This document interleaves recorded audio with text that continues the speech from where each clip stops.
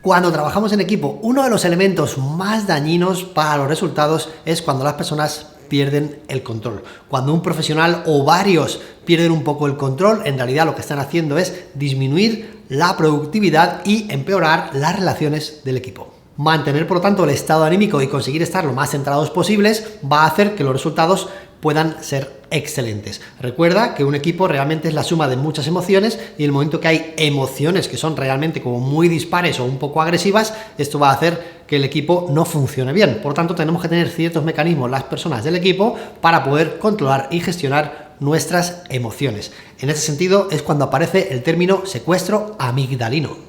El cuerpo humano tiene como tres centros o tres cerebros en los cuales se toman decisiones. Un primer cerebro sería nuestra parte más reptiliana, ¿no? Entonces es cuando hablamos de nuestra espina dorsal, en la cual hay terminaciones nerviosas, por supuesto, y es un cerebro reptil porque es el que comparten todos los seres vivos, desde los reptiles hasta nosotros. Tenemos ahí terminaciones que nos hacen tomar ciertas decisiones. En este cerebro reptil de nuestra espina dorsal están principalmente las respuestas de pelea, bloquéate, sal corriendo, reprodúcete, tienes hambre. Son respuestas como muy instintivas, ¿no? Hacen como mención a nuestros instintos primarios como seres muy primitivos. Luego, además, existe la amígdala, que es como una pequeña nuez que tenemos por aquí, ya cuando acaba nuestra espina dorsal, por aquí detrás de nuestra cabeza, que es como nuestro cerebro emocional. En él se archivan muchas emociones que tienen que ver, pues a veces con el miedo, a veces con la atracción, con determinados impulsos, están en nuestra amígdala. El cerebro amigdalino, tal y como se llama, es el cerebro que se ocupa de las emociones. Es como una biblioteca también en la que archivamos todas nuestras emociones. Si, por ejemplo, tenemos una pequeña herida emocional de cuando éramos pequeños, pues seguramente será como un pequeño recuerdo grabado en nuestra amígdala, en forma, en este caso, de herida. Todos los mamíferos tienen cerebro emocional, todos los mamíferos tienen amígdala y por tanto la compartimos, es decir, una ballena siente emociones, un perro siente emociones, un caballo siente emociones y también, por supuesto, nosotros sentimos emociones. Además, la mayoría de mamíferos, especialmente los mamíferos superiores, desarrollan toda la que es la corteza cerebral que hoy conocemos, que es como un córtex como mucho más amplio, pues los delfines, los monos, nosotros tenemos un córtex mucho más amplio que se ocupa de otras funciones y otras tareas que también son necesarias para desenvolvernos con soltura, la comunicación, el lenguaje, el pensamiento lógico. Hay muchas otras funciones que realizamos los seres humanos que tienen que ver con este cerebro superior o córtex. En ocasiones le llamamos también el cerebro racional. El cerebro emocional sería nuestra amígdala y el cerebro instintivo sería nuestro cerebro reptiliano. El secuestro amigdalino es cuando nuestra amígdala, esa pequeña nuez que tenemos ahí, secuestra nuestra capacidad de pensar y razonar, es decir, nuestra capacidad de pensar de forma lógica y racional está secuestrada por nuestras emociones. Nos convertimos de alguna manera en seres irracionales. ¿Por qué? Porque nuestra amígdala de alguna manera necesita toda la atención, hay una herida que se ha tocado, hay un miedo que se ha destapado, hay algo que está llamando la atención, toda la sangre se va hacia ese lugar del cuerpo y de alguna manera incluso el riego sanguíneo en nuestro córtex se ve un poco disminuido. Pensamos con menor claridad. Es fundamental, por lo tanto, que seamos conscientes de que en ocasiones no estamos siendo nuestro mejor yo porque nuestra amígdala está secuestrando nuestra capacidad de pensar. Cuando trabajamos en equipo y perdemos el control es porque de alguna manera algo ha desatado en nosotros una respuesta que nos ha disparado algo internamente y nos ha hecho ese secuestro amigdalino, es decir, nos ha secuestrado nuestra capacidad de pensar y razonar de forma lógica. La consecuencia después de una pérdida del control suele ser que una persona se siente un poco arrepentida de lo que ha hecho, de lo que ha dicho, tiene la necesidad de pedir perdón porque realmente su comportamiento no ha sido el más ejemplar. Cuando trabajamos en equipo, la pérdida de control nos hace muchísimo daño, porque, entre otras cosas, es como un pequeño fuego que hemos encendido. Si yo pierdo el control un poco y enciendo ese fuego, lo que te voy a invitar a ti también es a encender otro pequeño fuego, y poco a poco los fuegos se van avivando hasta que llega un momento que el equipo entero se quema. Así que va a ser fundamental que si trabajas en equipo, sobre todo seas muy consciente de ti mismo y de tu autocontrol y también, por supuesto, que seas consciente de cómo otras personas están reaccionando para nunca avivar el fuego que han encendido, incluso poder ayudar un poco a calmar a los demás, porque trabajar en equipo al final es trabajar juntos de forma saludable para conseguir un bien común, y las emociones tóxicas o pérdida de control no es trabajar de una forma saludable.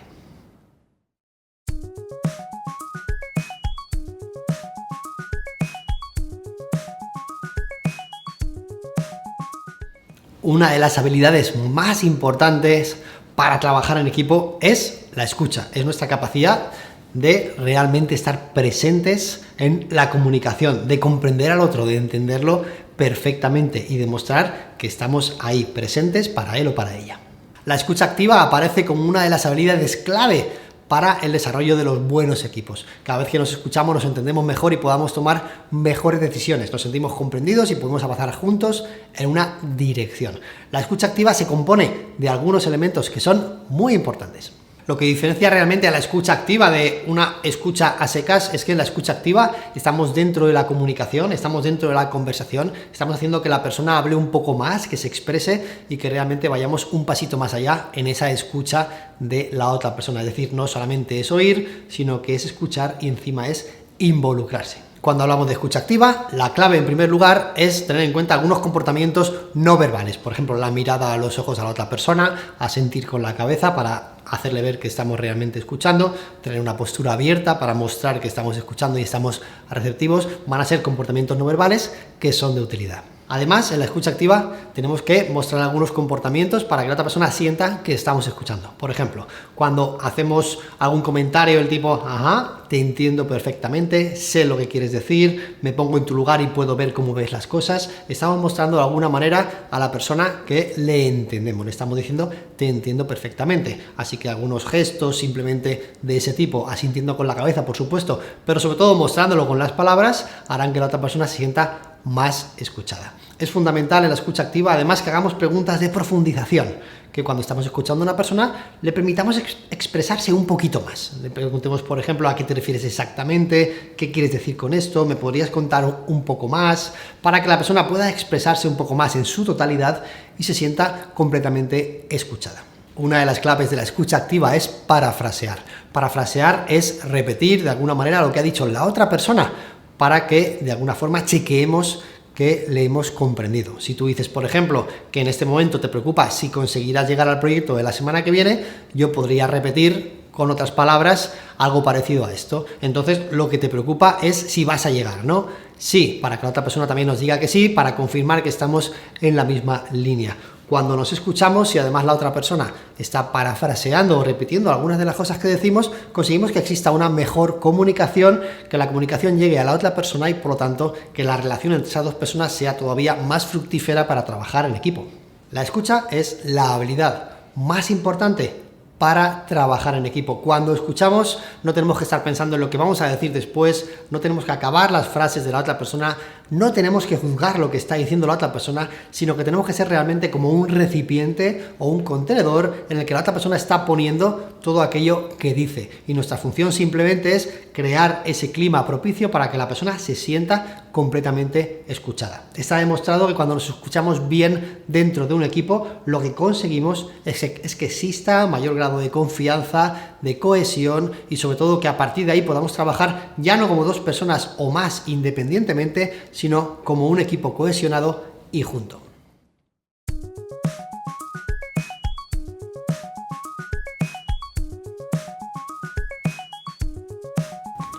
Marina, el pedido de panaderías Tomás, ¿esto ya está gestionado? Un desastre, César. ¿Un desastre? ¿Qué ha pasado? Sí, pues que, bueno, a ver, un desastre tampoco, pero ayer nos pasó una cosa, o sea, mandé al repartidor, fue como estaba previsto y tal, llevó toda la carga y cuando llegó allí me llama y me dice que está cerrado. ¡Ostras! Entonces, nada, pues yo intento localizar al gerente y tal, mientras tanto nuestro repartidor esperando, no hay manera, no localizo a nadie, se vuelve el repartidor, nos deja aquí la carga, claro, porque se estaba pasando, y nada, hoy me llama enfadadísimo el gerente y me dice que vergüenza, que informalidad, que la ha quedado fatal, sí, con sus... En fin, un desastre. Y además, tratándome, César, que no te lo puedes ni imaginar. O sea, me dice, pásame con tu jefe, que no quiero hablar contigo, ¿sabes? Por ejemplo, para empezar. O sea, que te sentirías fatal. Fatal, vamos, una sensación de decir, o sea, llevo 20 años tratando contigo y ahora me dices que en fin... Claro.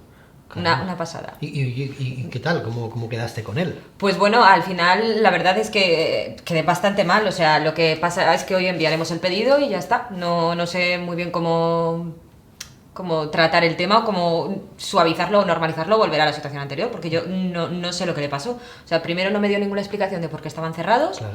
Y segundo me trata como si el fallo hubiese sido nuestro y como encima si yo no le hubiera respondido y no hubiera hecho... Sí. O sea, como un fallo realmente en la entrega, esta persona se comportó contigo bastante mal, sí. Y eso te hizo sentir pues un poco violenta, supongo, ¿no? La situación de pásame con tu jefe, ¿verdad? Sí, exacto. Vale, ok, no pasa nada, vale, pues yo espero que te encuentres lo mejor posible hoy y que quieres que lo resuelva yo, que hable yo con... Eso estaría súper guay, porque ¿sí? La verdad es que, en fin, no sé, mira a ver si tú bueno, a veces puedes... ya sabes que a los clientes, pues a lo mejor con uno de nosotros tienen cambio. Quizás... pues en ese momento algo, pues oye, hablo yo con él hoy, no pasa nada, y a lo mejor incluso me comenta algo de la situación. Exactamente, ¿no? eso digo, oye, ha habido una incidencia, ya lo hemos solucionado, está todo. ¿Sí? Claro, mira, a ver, porque yo no he conseguido, ya te digo, no he conseguido entender qué es lo que ha pasado. Vale, ok, me ocupo yo de esto y ya vemos cómo evoluciona esto. ¿Te parece bien? Súper bien, okay, muchas gracias. Vale, gracias a ti. ¿No?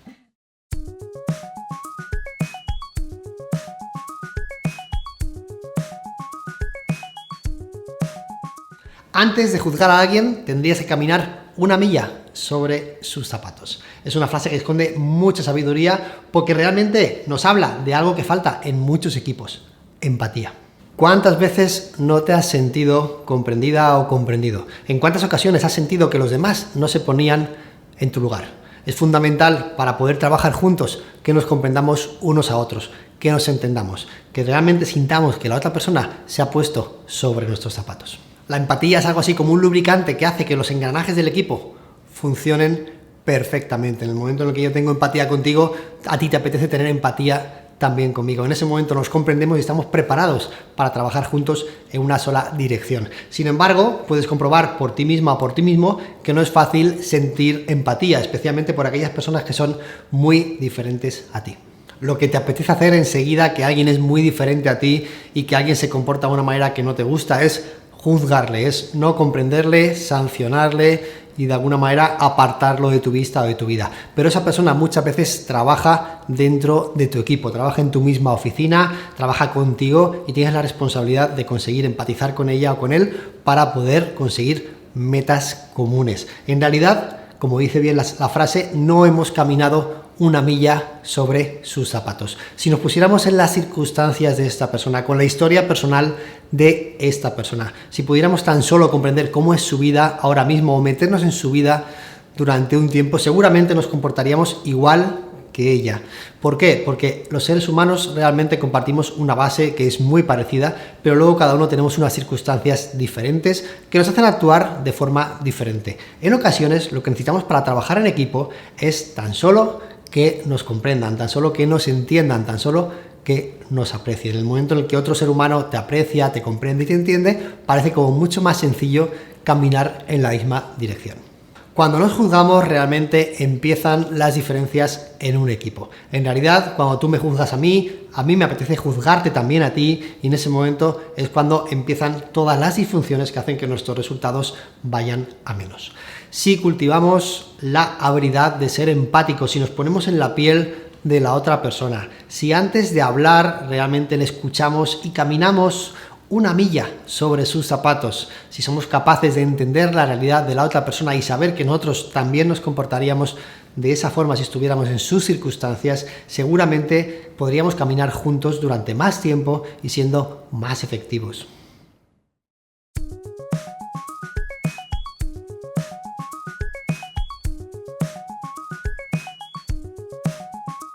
Es fundamental que en un equipo, para tener buenos resultados, no solo seamos empáticos y nos escuchemos muy bien y seamos excelentes comprendiendo al otro, también en ocasiones tendremos que marcar los límites, tendremos que ser como muy directos y muy claros para caminar en una dirección concreta.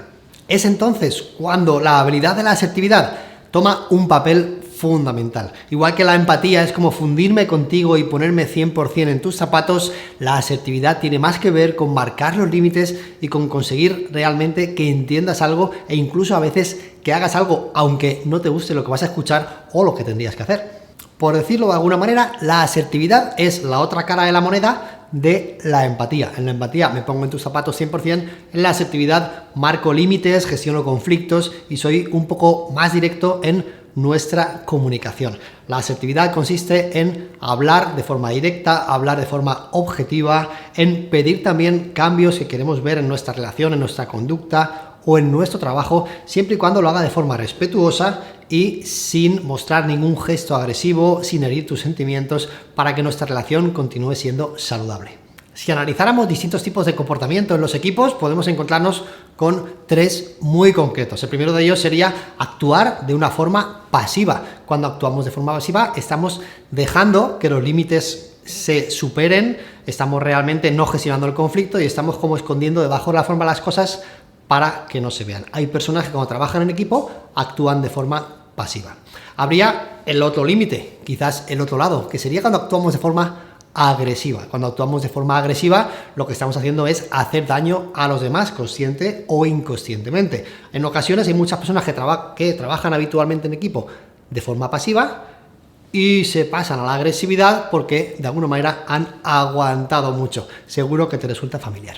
Pero la asertividad es el camino de en medio. No es pasividad, no es agresividad, es asertividad. Es un camino mucho más saludable que nos hace realmente tener relaciones muy productivas que al mismo tiempo se mantienen en el tiempo. Ser asertivos es ser directos, es hablar de forma objetiva y sobre todo no herir los sentimientos de los demás. Hay algunos pasos para ser asertivos, te explicaré cuáles son.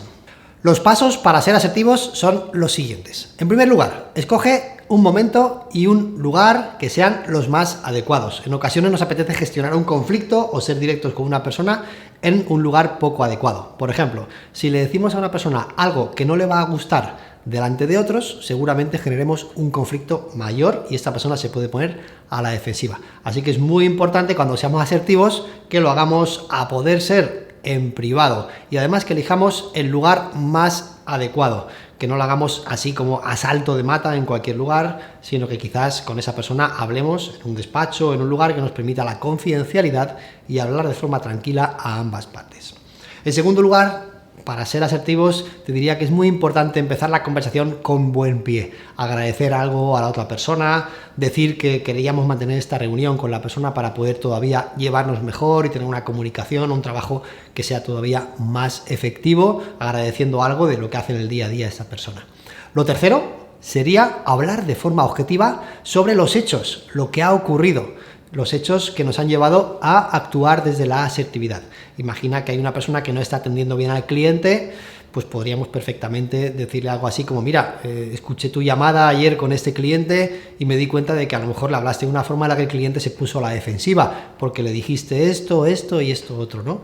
De alguna forma lo que tratamos es de ser lo más objetivos posibles. Vamos a evitar en lo posible opiniones personales, vamos a evitar hablar de una forma subjetiva y nos vamos a convertir, como si fuéramos investigadores, en hechos concretos que la otra persona ha realizado. Al mismo tiempo, después de haber hablado con objetividad de los hechos, lo que hacemos también es decir cómo esto nos afecta. Imagina, por ejemplo, que una persona de tu equipo, pues ayer hablando con ella, un compañero de equipo, te habló de una forma un poco agresiva. Pues tú, después de decirle lo que hizo, por ejemplo, ayer cuando me dijiste que yo me había equivocado también en esta parte del trabajo, me lo dijiste de una forma un poco agresiva y diste un pequeño golpe sobre la mesa.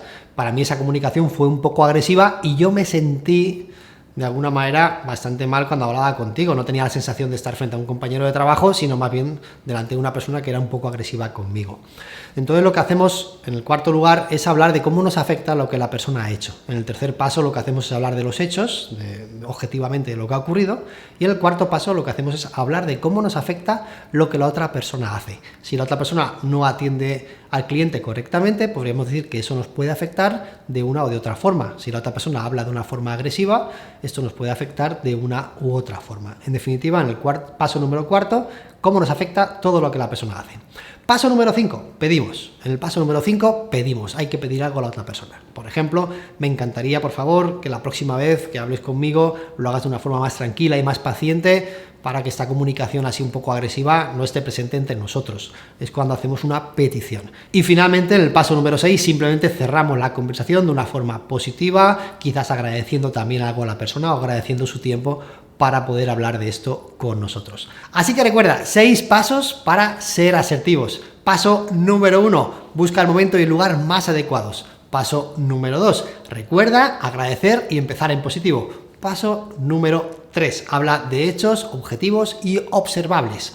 Paso número 4, dile a la persona cómo esos hechos realmente nos afectan a nosotros, a nuestro equipo, a nuestra empresa o a ti mismo.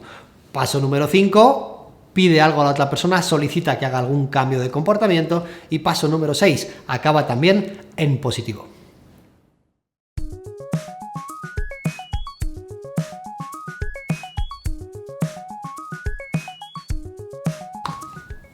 Pues bien, yo creo que ya está bien por hoy.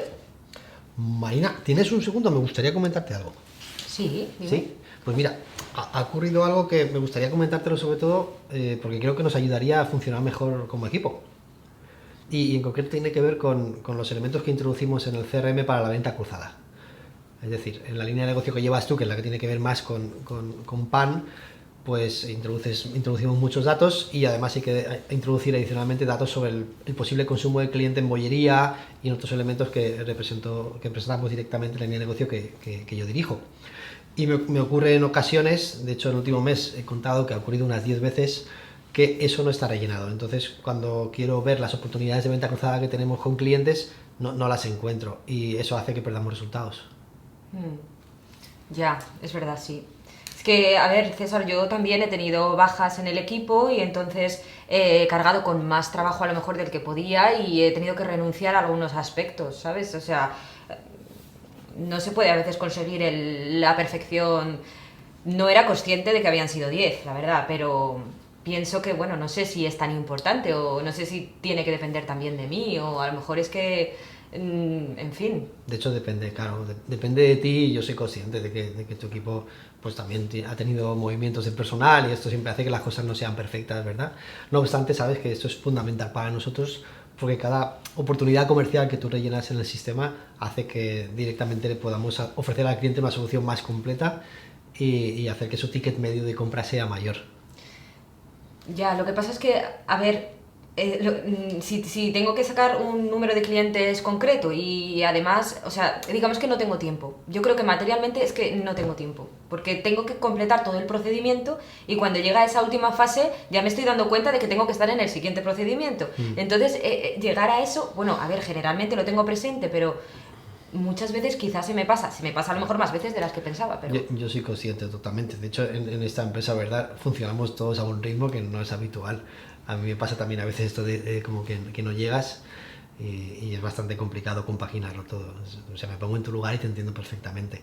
No obstante, para creo que afrontar el futuro como queremos y crecer en ventas como nos hayamos puesto como objetivo este año, necesitamos ser muy metódicos y a mí me has demostrado que eres muy metódica hasta ahora y creo que esto lo puedes conseguir y seguramente puedes simplemente chequear que tus informes de ventas están realmente acabados y finalizados. Lo que pasa es que no sé qué es lo que puedo mejorar para que me dé tiempo, porque es lo que tengo la sensación de que si no he llegado es porque no he podido, o sea, no es que lo haya hecho por dejadez, porque más o menos, o sea, quizá no tenía conciencia de la importancia que tenía. Porque... Quizás haya pasado eso, no tenías conciencia, ahora eres más consciente de... Es verdad. Yo ya te digo, he visto 10 este mes, he querido contabilizarlas para saber un poco cómo nos afectaba, porque también la primera vez que lo vi digo, bueno, tampoco pasa nada si pasa alguna vez, pero claro, cuando ya pasa varias veces lo que estamos perdiendo ahí son oportunidades, ¿no? Y esto nos afecta realmente a todos. Yo realmente no sé cómo puedes solucionar esas cuestiones de tiempo, porque tampoco soy tu jefe ni quien para decirte cómo tienes que organizarte, ¿no? Porque confío en que tú sabes hacer todo esto perfectamente.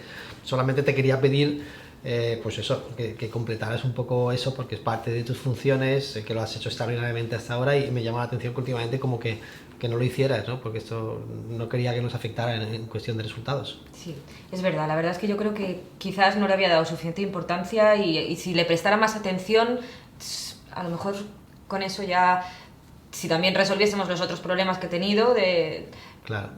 Pues... Bueno, pues yo te lo agradezco mucho en cualquier caso, esto nos va a ayudar a ser un mejor equipo todavía más y de verdad que gracias por formar parte de esta empresa desde que viniste. Para mí las cosas en este equipo son más fáciles porque siento que tengo ya como más compañeros, especialmente tú que tienes una alta capacidad para hacer esta misión realidad, ¿no? De poder crecer. Pues muchas gracias, César, lo siento, si no me lo he tomado nada en primer momento, pero...